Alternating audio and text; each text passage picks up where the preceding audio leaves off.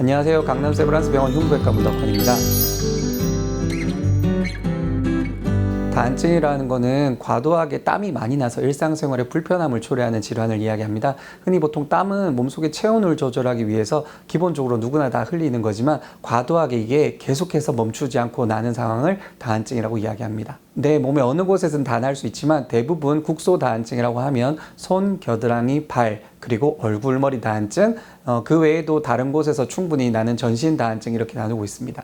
몸속에 땀이 나는 신경은 교감신경과 부교감신경인 자율신경의 밸런스가 깨져서 나는 건데요. 이 자율신경의 밸런스가 깨지는 것 중에서도 교감신경의 항진증이 한 몫을 합니다. 근데 이 교감신경 항진증이 잘 발달된 사람들은 꼭 그런 건 아니지만 많은 경우에 있어서 대사성 질환을 같이 동반하기도 합니다. 대사성 질환이라고 하면 당뇨병이 있거나 뚱뚱하거나 이런 체질의 경우에 좀 더 그런 경향이 높다고 되어 있고요. 여러 가지 치료가 있습니다. 먼저 접근할 때는 약물적인 치료도 있고요. 그 외에 국소적으로 땀이 많이 나는 부위에 보톡스 주사를 하는 방법도 있고요. 그 외에 수술적인 치료나 이런 거 약을 먹거나 이런 게 싫은 사람들은 이온 영동 치료라고 해가지고요. 손을 이렇게 어떤 전기가 흐르는 곳에 닿아가지고 하는 그런 치료도 있고, 그 외에도 약국이나 흔히들 구입할 수 있는 데오드란트 같은 것들을 이용해서 바르는 치료들도 있고요. 아니면은 조금 더 침습적인 치료라고 하면은 보톡스 주사 말고 이제 고주파 치료라고 해가지고 그걸로 땀샘을 없애는 그러한 수술도 있고요. 어쨌거나 그렇지만 모든 다한증의 수술에 있어서 최종은 수술적인 치료입니다. 교감신경 절제술이 결국은 다한증 수술의 최종적인 치료가 되는데요. 이 교감적인 신경을 절단하게 되면은 가장 좋은 거는 수술하고 나서 바로 즉시 해당되는 부위에 땀이 나지 않는 겁니다. 하지만 땀이 방금 얘기한 것처럼 땀이 다른 부분으로 이사 간다고 하는데요. 그거를 보상성 다한증이라고 이야기합니다.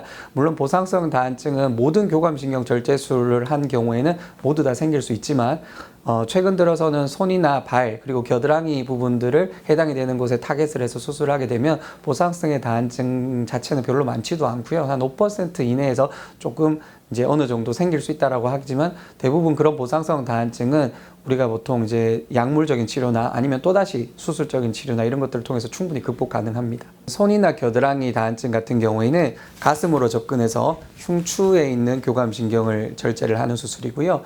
발 다한증 같은 경우에는 양쪽 옆구리 쪽으로 들어가서 요추에 있는 교감신경을 절제하는 수술입니다. 그리고 얼굴, 머리 다한증 같은 경우에는 똑같이 손, 겨드랑이 다한증처럼 가슴으로 접근해서 흉추에 있는 교감신경을 절제해주는 수술 방법이 있습니다. 사실 예방법이 따로 있지는 않고요. 근데 이제 살이 찐 사람들이 다한증이 생기면은 살을 조금 빼면은 땀이 생겼을 때 조금 어떤 불편감이나 이런 거는 줄 수가 있고요. 우리가 보통 다한증 환자들은 손발에 냄새도 많이 나거든요. 그렇기 때문에 충분히 청결하게 잘 씻고 말리고 하는 게 굉장히 중요합니다. 이 다한증은 외래에서 보면은 여기저기 병원들을 많이 돌고 오시는 분들이 많이 있으세요.